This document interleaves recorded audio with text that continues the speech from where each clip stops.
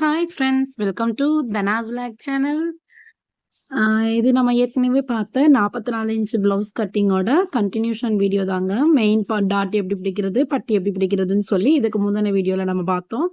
இப்போ நம்ம என்ன செய்ய போறோம்னா ஊக் பட்டி தான் ஸ்டிச் பண்ணிட்டு இருக்கோம். ஊக் பட்டி எப்படி ஸ்டிச் பண்ணுறேன்றதை பாருங்க. நல்ல பக்கத்தில் வச்சு தைக்கிறத ஃபுல்லாகவே அப்படியே ரெண்டாக மடித்து ஹோல்ட் பண்ணி ஃபுல்லாகவே டேர்ன் பண்ணிடுங்க, திருப்பிடுங்க. திருப்பிட்டு இந்த மாதிரி கரெக்டான ஷேப்பில் வச்சுக்கிட்டு நம்ம ஸ்டிச்சிங் கொடுத்துட வேண்டியதுதான். நல்ல பக்கத்து மேலே வச்சு தைக்கிற ஹூக் பகுதியை, ஓகேங்களா? அதை அப்படியே ரெண்டாக மடித்து ஹோல்ட் பண்ணி நம்ம அப்படியே ஃபுல்லாக திருப்பிட வேண்டியதுதான். வேற எதுவுமே நம்ம அதை பண்ண தேவை கிடையாது. ஊக் வேணுன்றவங்களுக்கு அந்த ஊக் வச்சு நம்ம தைக்க போகிறோம். நார்மலாக ஊக்கு வச்சு நம்ம ஸ்டிச் பண்ணுறவங்களுக்கு அது தேவையில்லை ஊக். அதே மாதிரி இது வந்து கெட்ட பக்கத்து மேலே வச்சு ஸ்டிச் பண்ணுறேன். பாருங்க, 1/4 இன்ச்சுக்கு ஒரு தையல் கொடுத்துடுறேன். கொடுத்ததுக்கப்புறம் என்ன பண்ணுறேன் அப்படின்னா 1/4 இன்ச்சு நம்ம மடிச்சு தைச்சோம் இல்லையா, அந்த 1/4 இன்ச்சு இருக்கிற மாதிரியே துணியை விட்டு மீதி துணியை தான் பின்னாடி திருப்பணும். ஓகேங்களா? வீடியோவில் ரெக்கார்ட் ஆகலை. அந்த பாருங்க, அந்த 1/4 இன்ச்சு வச்சு இப்படி திருப்பியிருக்கேன். தெரியுதா உங்களுக்கு? ஒரு ஸ்டிச்சிங் கொடுத்துருங்க. அந்த 1/4 இன்ச்சு வச்ச மாதிரி ஷார்ப்பாக முனையில் ஸ்டிச்சிங் கொடுத்துருங்க. இப்போ நீங்கள் திருப்பிக்கிட்டோம், பிகினர்ஸ்க்கு இது யூஸ்ஃபுல்லாக இருக்கும். இப்போ திருப்பிக்கிட்டு இந்த மீதி துணியை நம்ம அப்படியே ஹோல்ட் பண்ணி எந்த அளவுக்கு உங்களுக்கு பட்டி வேணுமோ அந்த அளவுக்கு வச்சுட்டு மீதி துணியை உள்ளே ஹோல்ட் பண்ணி ஸ்டிச்சிங் கொடுத்துருங்க. ஹூக் வேணுன்றவங்களுக்கு அந்த மாதிரி பட்டி வச்சு கொடுத்துருங்க. ஓகேங்களா? நம்ம ஊர் சைட்லாம் பொந்து பட்டிம்பாங்க. உங்க சைடு என்ன சொல்லுவாங்கன்னு சொல்லி எனக்கு கமெண்ட் பண்ணுங்க. எங்க சைட்லாம் வந்து எனக்கு ஊக்கு வச்சிடாதம்மா, பொந்து பட்டி வச்சு கொடுத்துருமா அப்படி சொல்லுவாங்க. ஓகே. அதே மாதிரி தான் அந்த மடிச்சதுல இன்னொரு ஸ்டிச்சிங் நடுவுல சென்டர்ல ஒரு ஸ்டிச்சிங் கொடுத்துருப்போம். அவ்வளோதாங்க. ஊக்கு பட்டி ரொம்ப ரொம்ப ரொம்ப ரொம்ப ஈஸியா நம்ம ஸ்டிச்சிங் பண்ணிடலாம். இப்போ ஃப்ரண்ட் பார்ட்டு கரெக்டாக நம்ம ஸ்டிச் பண்ணியாச்சா, இதை பேக் பார்ட்ல வச்சு ஷோல்டரை ஜாயின் பண்ணிடுவோம். நல்ல பக்கத்தையும் கரெக்டாக வச்சுக்கோங்க. அதுதான் இருக்கிறதுலே ரொம்ப ரொம்ப முக்கியமானது. நம்ம மேக்ஸிமம் பிகினர்ஸும் சரி, நம்ம பண்ணுற தப்பு என்னவா இருக்கும் அப்படின்னா நல்ல பக்கம் கெட்ட பக்கம் தாங்க மாறிடும். நான் நிறையா தடவை அடிக்கடி நான் விட்ட தப்பு அந்த தப்பு தான். மேக்ஸிமம் மாற்றி மாற்றி வச்சு ஸ்டிச் பண்ணிடுவேன் ஸ்டார்டிங்லாம் பார்த்தீங்கன்னா. இப்போ வந்து பழகிடுச்சு. இப்போ நல்லா எனக்கு வந்து மைண்ட் ஓகே அப்படின்னு சொல்லி கரெக்டாக அதுக்கு தக்கன வச்சுருவேன். மார்க் பண்ணிடுவேன். நல்ல கரெக்டாக மார்க் பண்ணிடுவேன். இப்போ நம்ம கை வந்து வெயிட்டாக இருக்கிறவங்களுக்கு கொஞ்சம் குடஞ்சி கொடுத்தா நல்லா இருக்கும் இல்லையா? அதுக்கு கரெக்டாக சென்டரில் மட்டம் அடித்து போட்டுக்கோங்க. நல்ல பக்கமும் ஒன்றுக்கு மேலே ஒன்று இருக்கு போட்டுக்கோங்க. அப்போனா தான் நம்ம லெஃப்ட் சைட் ரைட் சைட் கரெக்டாக வரும். பாருங்க, சின்னதாக மைல்டாக ஒரு எஸ் ஷேப்பில் ஒரு கட்டிங். அவ்வளோதாங்க. இதுக்கெல்லாம் நிறைய ஸ்கேல் கூட விற்கிது. பட் அந்த அளவுக்கெல்லாம் இது தேவையில்லை. லைட்டாக ஒரு எஸ் ஷேப்பில் நம்ம கட் பண்ணாலே வந்து அது போதுமானதாக இருக்கும். அந்த கட் பண்ணியிருக்க அந்த பக்கம் தான் நமக்கு எங்க வரணும் அப்படின்னா ஃப்ரண்ட் சைடு வரணுங்க. அதுதான் நம்ம இருக்கிறதுலே கரெக்டா நம்ம பார்க்கக்கூடிய விஷயம். நம்ம கட் பண்ண அந்த சைடு இருக்குல்ல, அதாவது கையை குடஞ்சு கட் பண்ணோம் இல்லையா, அந்த சைடு வந்து எந்த பக்கம் வரணும் அப்படின்னா நம்ம பிளவுஸோட முன் பக்கம் வரணுங்க. பின்பக்கம் வர்ற மாதிரி ஸ்டிச் பண்ணிடாதீங்க. அதனால தான் கையை குடஞ்சு கட் பண்றத நான் எப்பயுமே முன்னாடியே செய்ய மாட்டேன். ஸ்டிச்சிங் பண்ணும்போது செஞ்சீங்க அப்படின்னா கரெக்டா நமக்கு வந்து அந்த இதில் கரெக்டாக வச்சு ஸ்டிச் பண்ண கரெக்டாக இருக்கும். சென்டரில் இருந்து தாங்க நான் என்றைக்குமே ஸ்டார்ட் பண்ணுவேன். ஏன்னா அதுதான் வந்து நடுவில் அந்த லைன் வந்து கரெக்டாக நமக்கு அந்த கோடு வந்து சென்டர்லேருந்து ஸ்டார்ட் பண்ணுறதுக்கு அழகாக இருக்கும். பார்க்கவும் ஃபினிஷிங் லுக் வந்து சூப்பராக இருக்கும். இந்த பிளவுஸுன்னு இல்லை, எந்த ஒரு பிளவுஸுக்குமே ஸ்டார்டிங் வந்து நடுவில் இருந்து ஸ்டிச் பண்ணுங்க. அது வந்து உங்களுக்கு பர்ஃபெக்டாக அமையும். கரெக்டாக அந்த என்ன சொல்கிறது, அந்த ஷோல்டர் கிட்ட அந்த லைன் வந்து சூப்பராக வரும். ட்ரை பண்ணி பாருங்க. சென்டர் டாட்ல துணியை வந்து இழுக்காதீங்க. இழுத்து ஸ்டிச் பண்ணீங்கன்னாலே உங்களுக்கு வந்து ஒன்று மேலே ஒன்று இதாயிரும். ஒன்று மேலே ஒன்றை வச்சு அப்படி கண்டினியூஸா தச்சுட்டே வாங்க. ஐயோ கொஞ்சம் குட்டையா இருக்கே, கொஞ்சம் இழுத்து கொடுப்போம் அப்படின்னு சொல்லி நீங்க துணியை லைட்டா இழுத்தாலும் என்ன ஆயிரும் அப்படின்னா உங்களுக்கு வந்து கை கிட்ட வந்து அந்த சுருக்கங்கள் வந்துடும். அதனால எப்பயுமே வந்து நீங்க கை ஸ்டிச் பண்ணும்போது என்ன பண்ணணும் அப்படின்னா துணியை வந்து ஒண்ணுக்கு மேல அப்படியே ஒன்றை வச்சு அப்படியே ஸ்டிச் பண்ணிட்டே வரணும். கொஞ்சம் குட்டையா இருக்கேன்னு லேசா கொஞ்சம் இழுப்போம் அப்படின்னு சொல்லி நீங்க லைட்டா துணியை இழுத்தாலும் அந்த இது வந்து உங்களுக்கு வந்து ஷேப்பையே மாத்திரும், ஆம்கோல் ஷேப்பையே. அதனால அந்த தவறை மட்டும் என்னைக்கும் செய்யாதீங்க.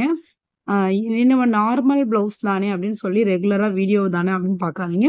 ஒவ்வொரு பிளவுஸ்லயும் ஒவ்வொரு கட்டிங்லயும் நான் உள்ள சொல்ற விஷயங்கள் வந்து வேற மாதிரி இருக்கும்.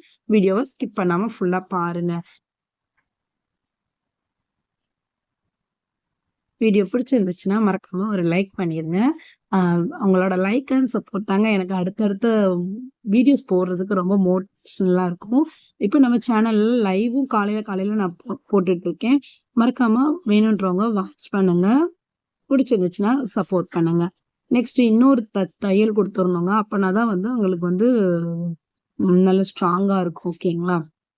பாருங்க கைப்பகுதி நம்ம சூப்பரா ஜாயின் பண்ணியாச்சு. இப்ப சென்டரா எடுத்துட்டு நம்ம 2 பக்கம் சைடையும் ஜாயின் பண்ணிரலாங்க.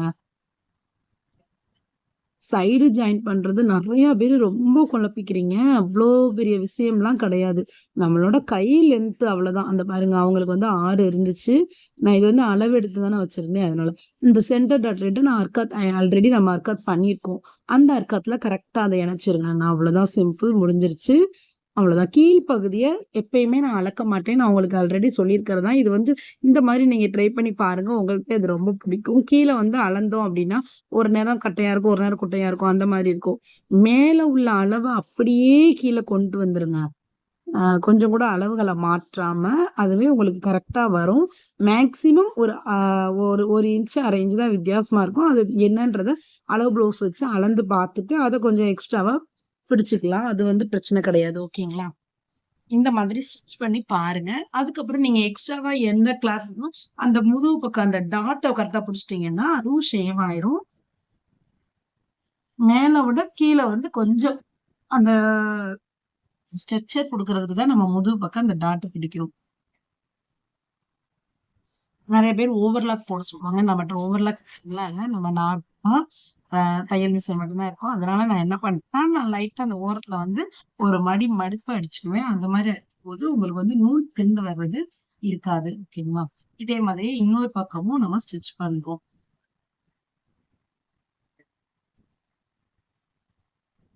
44 இன்ச் பிளவுஸுக்கு 4 இன்ச் சைஸ் கழுத்து அகலம் வச்சீங்கன்னா, ரொம்ப அழகாவே இருக்குங்க.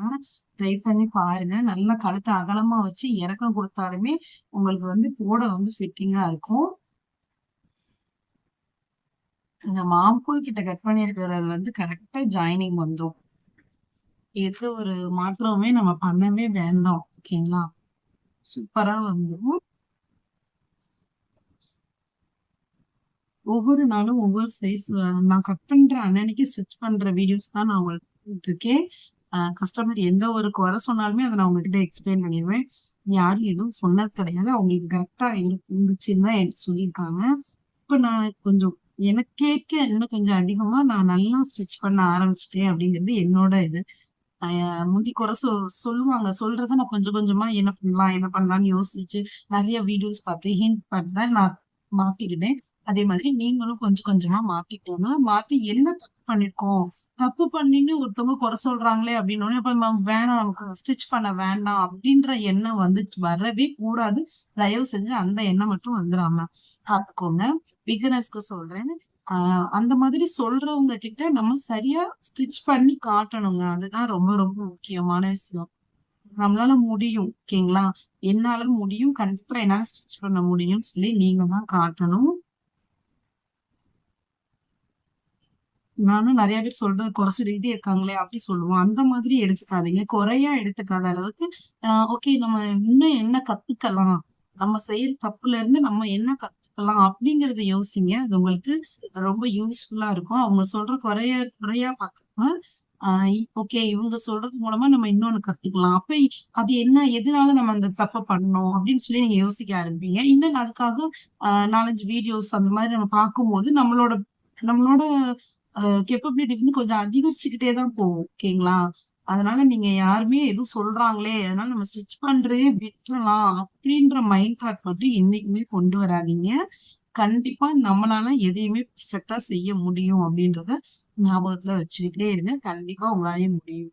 நான் அந்த மாதிரி தாங்க. நான் மத்தவங்க சொல்றது என்ன சொல்றாங்க, அதுக்கு நம்ம என்ன பண்ணலாம் அப்படின்னு சொல்லி வீடியோஸ் பார்ப்பேன். நெறைய வீடியோஸ் பார்ப்பேன், ஹிண்ட்ஸ் பார்ப்பேன். பார்த்து அதன் மூலமா நான் பண்ணுவேன். ஆனா அத அப்படியே அசெம்பிள் பண்றத காட்டிலும், அ அந்த மாதிரி பண்ணும்போது நான் என்ன செய்யலாம் அப்படின்றதையும் நான் கொஞ்சம் யோசிப்பேன். ஸ்டிச் பண்ணும்போது. இந்த இடத்துக்கு இது பண்ணா சரியா வந்துரும். அந்த இடத்த பண்ணா சரியா வந்துரும் அப்படின்றத கொஞ்சம் யோசிச்சா, நமக்கு கொஞ்சம் இன்னும் நம்மளால அட்ராக்டிவா நம்மளால கஸ்டமர வந்து இழுக்க முடியும். கண்டிப்பா. ட்ரை பண்ணி பாருங்க. நெக்ஸ்ட் நம்ம கழுத்து பகுதிக்கு ஒரு இன்ச்சுக்கு கரெக்டா துணியை வெட்டி எல்லாத்தையுமே நான் ஜாயின் பண்றேன் பாருங்க. நிறைய பேர் வி ஷேப்ல ஜாயின் பண்ணுவாங்க. நான் அந்த மாதிரி ஜாயின் பண்ண மாட்டேன். நேர் பீஸ் மாதிரி அதை சமமா கட் பண்ணிட்டே ஜாயின் பண்ணிடுவேன். நீங்களும் இந்த மாதிரி ட்ரை பண்ணி பாருங்க. ஹோல்ட் பண்ணிட்டு 2ஆ மடிச்சுட்டு அதை அப்படியே வச்சு 1/4 இன்ச்சுக்கு அடிச்சா போதுங்க. ரொம்ப டீப்பா உள்ள போயிடாதீங்க. நம்ம வந்து தையலுக்கான அளவு நீங்க எவ்வளவு தூரம் விட்டுருக்கீங்களோ அதை மைண்ட்ல வச்சுக்கோங்க.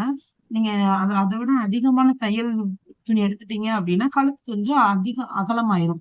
அப்ப அகலமாகும் போது அது ஒரு டிராபேக்கா ஆயிரும் கஸ்டமருக்கு நீங்க கொடுக்கும்போது. ஓகேங்களா? அதனால கழுத்தோட அகலம் எந்த அளவுக்கு வேணும் அப்படின்னு எக்ஸ்ட்ராவா நீங்க அளவு மார்க் பண்ணீங்களோ அந்த அளவு மைண்ட்ல வச்சுக்கிட்டு அதே மாதிரி அந்த அளவுலயே நீங்க ஸ்டிச் பண்ணிட்டே வாங்க. ஓகேங்களா?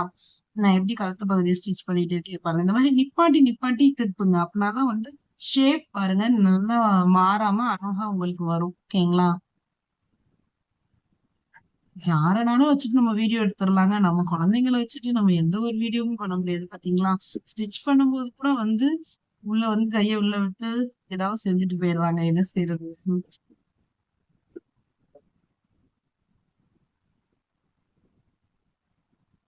நெக்ஸ்ட் 2ஆ அப்படியே மடிச்சு ஹோல்ட் பண்ணிட்டு அதுல ஒரு லைன் கொடுத்துருங்க. அப்படின்னா தான் அந்த அமுக்கடி மாதிரி அடிக்கும்போது துணி வந்து திருப்பி திருப்பும் போது உங்களுக்கு ஈஸியா இருக்கும். சில பேர் எம்மிங் பண்ணி கேட்பாங்க. அவங்களுக்கும் அப்படியே திருப்பி நம்ம எம்மிங் பண்ணி கொடுத்துடலாம். அது ரொம்ப ஈஸியா இருக்கும். அதனால இந்த மாதிரி அமுக்கடி அடிச்சுட்டு திருப்புங்க. அது நல்லா இருக்கும். பிசுறுலாம் கட் பண்ணிட்டு இப்ப வந்து அப்படியே மடிச்சிருக்கிறேன் பாருங்க. நான் ஸ்டிச்சிங் தாங்க பண்ணுவேன். கேட்கறவங்களுக்கு மட்டும்தான் எம்மிங் பண்ணி கொடுப்பேன். இந்த மாதிரி அடிக்கும்போது நமக்கு வந்து கரெக்டான ஷேப்ல வரும்.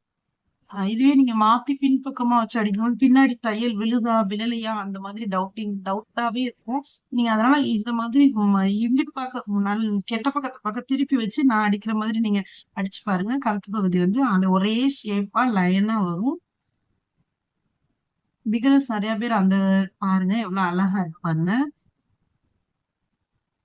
இந்த மாதிரி நீங்களும் கழுத்து ஜாயின் பண்ணி பாருங்க. வீடியோஸ் பிடிச்சிருந்துச்சுன்னா மறக்காம ஒரு லைக் பண்ணிருங்க. இதே மாதிரியான blouse stitching videos, normal blouse stitching videos என்னோட வீடியோல ரெகுலரா போடுவேன். கண்டிப்பா வாட்ச் பண்ணி பாருங்க. வீக்லி ஒரு ஒரு 3 வீடியோஸ் வருங்க. வாரத்துக்கு 3 வீடியோ. ஒரு பிளவுஸஸ் ஃபுல்லாவே நம்ம சொல்லிக்கிட்டே இருந்தா நல்லா இருக்காது இல்லையா? அதனாலதான் நான் அதை பார்ட்டா பிரிச்சு போடுறேன். பிடிச்சிருந்துச்சுன்னா லைக் பண்ணுங்க, ஷேர் பண்ணுங்க, கமெண்ட். இது வரைக்கும் என் வீடியோ பார்த்து சப்போர்ட் பண்ண எல்லாருக்குமே நன்றி.